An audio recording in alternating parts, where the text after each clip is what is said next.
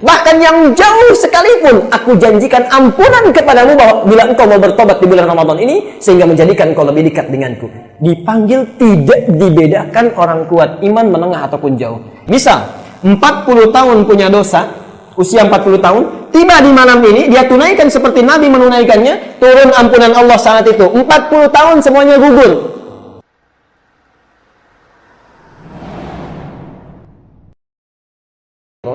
Itu sudah mengisyaratkan 3 keutamaan yang tidak akan ditemukan di bulan lain selain Ramadan. Ada 3 keutamaan yang tidak akan ditemukan di bulan-bulan lainnya kecuali hanya Ramadan saja. 1, Allah menjanjikan ampunan. Allah menjanjikan ampunan tiada batas. Ampunan tiada batas bagi orang yang bermuhasabah, bertobat kepada Allah saat Ramadan. Allah menjanjikan ampunan tiada batas bagi orang yang bermuhasabah kemudian bertobat kepada Allah memohon ampunannya. Perhatikan kalimatnya. Yang dimaksud tiada batas ditafsir di hadis Nabi, perhatikan. Hadis Nabi SAW, saking pentingnya ini ditempatkan di nomor 1 di bab siam. Man shama ramadhana imanan wa ihtisaban ghufira lahu ma taqaddama min dhanbi. Siapa yang berpuasa di bulan Ramadan dilakukan dengan penuh keimanan, bukan puasa biasa, dan dia bermuhasabah, bukan hanya puasa, bermuhasabah, mengingat dosanya, mengingat kesalahannya, kemudian bertobat kepada Allah Subhanahu wa taala. Perhatikan kalimatnya, ghufira lahu ma taqaddama min dhanbi. Dari sejak dia balik sampai di detik itu hapus, gugur semua dosa-dosanya. Nanti kita bahas ya. Dan itu baru siangnya. Selama itu siangnya. Hadis nomor 36-nya, perhatikan. Malamnya. Man qama ramadhana imanan wa ihtisaban. Jadi ada siang, ada malam. Kalimatnya sama, cuma beda. Yang bawah itu shoma karena siang, yang malam qama. Man qama ramadhana, siapa yang menunaikan qiyam, tarawih kita sebut di malam Ramadan, imanan, bukan tarawih biasa. Dia lakukan dengan penuh keimanan, di antara rakaatnya wahtisaban, dia bermuhasabah, memohon ampunan pada Allah, mengalir air matanya, bertobat di situ, ghufira lahu ma taqaddama min dzambi, turun ampunan Allah Subhanahu wa taala. Jawab masing-masing di hati. Antum usia sudah berapa tahun? Saya ambil rata-rata 40 sampai 60 ya. 40 sampai 70 rata-rata. Di tengah-tengah taruhlah 60. Perhatikan. Saya ingin mulai dulu pelan-pelan dari sini sampai ke sini. Yang ini nanti yang 60 tahun. Perhatikan ya. Orang yang usianya sudah melewati 40 tahun, belum punya bekal cukup kepada Allah, maka celaka dia. Perhatikan. 40 tahun, belum punya bekal cukup kepada Allah, celaka dia. Yang kedua, perhatikan dengan sangat baik. Saya ingin masuk pada yang 60 tahun. A'dzarallahu ila mri'in. Allah tidak akan mendengar alasan apapun lagi dari seseorang. Jadi nanti di akhirat saat hisab ada yang dicuekin oleh Allah. Orang lain ditanya, orang kafir pun masih ditanya. Orang kafir masih ditanya, subhanallah, ini dicuekin. A'dzarallahu ila mri'in. Allah tidak akan mendengar alasan apapun lagi dari seseorang. Akhara ajalahu, sudah dipanjangkan masa ajal usianya, hatta yablugha 60 sanatan, sampai 60 tahun tapi belum cukup bekalnya menghadap Allah Subhanahu wa taala. Hati-hati, orang seperti ini tahu hukumannya nanti. Ditenggelamkan oleh Allah ke dasar neraka sampai dia berteriak-teriak, "Ya Allah, tolong keluarkan kami dari sini. Keluarkan kami dari sini." Beri kesempatan untuk memperbaiki amal soleh tidak seperti yang sebelumnya. Ada di surat Fatir, surat 35 ayat ke-37. Itu hukumannya.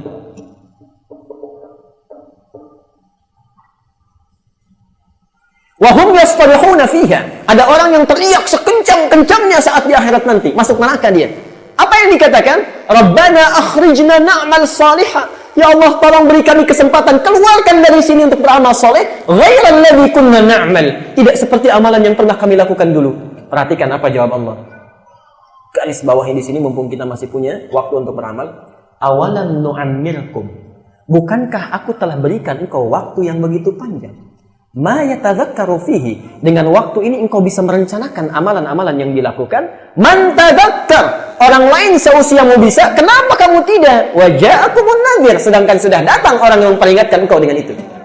Jadi kalau 6 tahun bisa baca Quran, kita 60 tahun belum bisa baca Quran, jangan salahkan kalau besok berteriak-teriak nanti.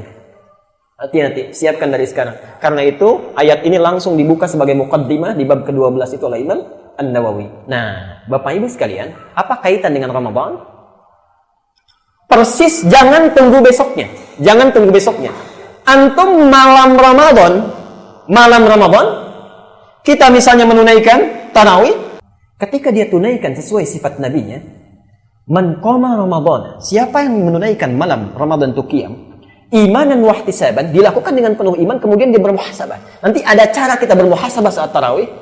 Apa yang terjadi? Ghufira lahu ma taqaddama min dzambi. Misal 40 tahun punya dosa, usia 40 tahun, tiba di malam ini dia tunaikan seperti Nabi menunaikannya, turun ampunan Allah saat itu. 40 tahun semuanya gugur. Besoknya meninggal, besok nggak sempat puasa, besoknya meninggal, sudah gugur semua dosanya.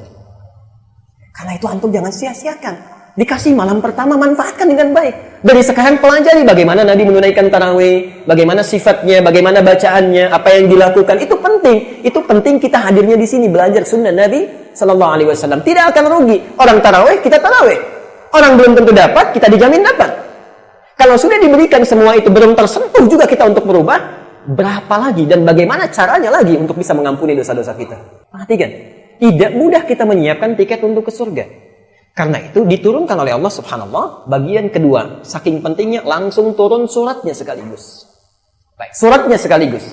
Surah Al-Qadar. Ini yang menjadikan sahabat sangat bahagia pada saat itu. Surah Al-Qadar. Inna anzalnahu fi Lailatul Qadar. Jadi kalau keistimewaan pertama tadi, turunnya ampunan Allah. Keistimewaan yang kedua, kenapa sahabat begitu bahagia? Perhatikan kalimatnya. Karena Allah sudah menjanjikan akan tiba satu malam di malam-malam Ramadan itu yang kalau kita menunaikan ibadah di malam itu sekecil apapun nilainya sama dengan 1000 bulan. Lihat kata Rasulullah SAW, man qara'a harfan min kitabillah, siapa yang membaca satu huruf saja dari kitab Allah, falahu asyru hasanat, dia mendapat 10 kebaikan. Walam aqul alif lam mim harfun, saya tidak mengatakan alif lam mim satu huruf. Walakin alifun harfun, mimun harfun, lamun harfun, wa mimun harfun. Tapi saya katakan alif itu satu huruf, lam itu satu huruf, mim itu satu huruf. Walikulli harfin asyru hasanat, dan setiap hurufnya ada 10 kebaikan. Kita hitung-hitungan dulu, hitung-hitungan. Kalau kita misalnya baca alif lam mim berapa huruf? 3 huruf. Kali 10 berapa? 30. Baca ayat lain. Misal, ini kan terlalu panjang Pak Al-Baqarah. Saya ingin karena di luar panas yang kul-kul aja, misal. Ya. Qul a'udzu birabbin nas. A'udzu. Jangan yang kulnya. A'udzu berapa huruf? 1, 2, 3, 4. Baik, 4 huruf. Ada yang protes, Pak, saya ini nggak lancar bacaannya. Berat saya bacanya. Pahalanya sama nggak? Disebutkan oleh Nabi naik hadisnya. Tadi nomor berapa? 2910. Di kitab yang sama, nomor hadisnya di 2 kali lipatkan bilangan 10-nya. 2920 nomornya. Perhatikan kalimat Nabi. Al-mahiru bil Qur'an ma'as safaratil kiramil bararah. Orang yang lancar baca Quran, kemana-mana pun dia jalan, itu diiringi malaikat yang selalu menjaga dia untuk berperilaku baik dan mulia.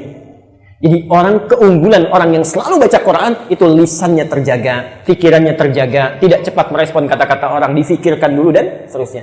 Tapi teruskan hadisnya. Walladzi yatata'ta. Sedangkan orang yang terbata-bata, wa huwa syaqun 'alaihi, sudah terbata-bata, berat lagi mengucapkannya. Perhatikan, falahu ajrani, dia dapat 2 kali pahala orang yang lancar. Jadi kalau a'udzu orang lancar dapat berapa? 4 kali 10? Cuma 40. Orang nggak lancar 2 kali, berapa? 80, bahkan bisa lebih. Kok bisa, Pak? Karena orang lancar itu cuma sekali baca. A'udzu, selesai, 40. Orang nggak lancar, diulang-ulang. Qul a'udzu, bukan du, bu, zu. Sudah 40, diulang lagi. Dapat kali 2. Bu, bukan zu, zu. Oh, a'udzu. Kali lagi 3. Jadi berbahagialah ibu punya rencana di bulan Ramadan, cari ustadz yang bagus, bisa meluruskan kita. Makanya cara beramal sebelum dilakukan, keluarkan dulu keutamaannya. Itu jadi motivasi. Kalau ibu tidak pernah tahu hadis ini, datang ustadz diluruskan tiap hari, itu bisa protes pada ayah. Ustadznya Pak terlalu ketat, besok ganti aja. Tapi yang tahu hadis ini, itu bisa berubah. Pak, kalau perlu yang ini aja, 10 kali diluruskan. Mama hari ini baca 19 huruf, 10 kali diluruskan. Oke. Yang terakhir, jadi rencanakan itu, perhatikan. Kita baca hari ini 4, dapat 40 kebaikan. Tapi di Lailatul Qadar, dikali 83 tahun. Ada nggak di sini yang bisa tahan baca Quran selama 83 tahun tak berhenti? Tidak ada. Ingat, Quran itu satu hal yang unik. Jangan tanya jam, menit saja. Quran itu punya keunikan, tidak ada orang yang bosan baca. Tidak ada. Antum bosan nggak baca Al-Fatihah? Tidak. Tapi kalau dibaca, cepat ngantuk. Itu Quran. Nggak percaya silahkan. Nggak percaya silahkan. Antum bangun malam, nanti saat itikaf tuh, wah subhanallah, udah pegang mushafnya. 5 menit sudah begini. Kenapa sahabat begitu bahagia ketika turun perintah puasa? Yang terakhir, karena ayat ini turun diawali dengan firman Allah, Ya ayyuhalladzina amanu. Tidak banyak orang tahu rahasia ayat ini. Itu kalau turun ayat setelah ayat puasa, semuanya ya ayyuhalladzina amanu, itu semua bersemangat sekali, tidak ada yang ditinggalkan sedikit pun. Jadi ketika Allah memanggil kita untuk menunaikan puasa, dipanggil dengan satu huruf ini, ya, dengan semua jaraknya. Perhatikan sekarang, di sini keindahannya. Ketika huruf ini disandingkan dengan kata iman, perhatikan terjemah tafsirnya. Disandingkan dengan kata iman, seolah-olah Allah memanggil dengan kalimat seperti ini. Hai orang-orang Islam yang telah beriman, aku tahu kadar keimanan kalian berbeda-beda.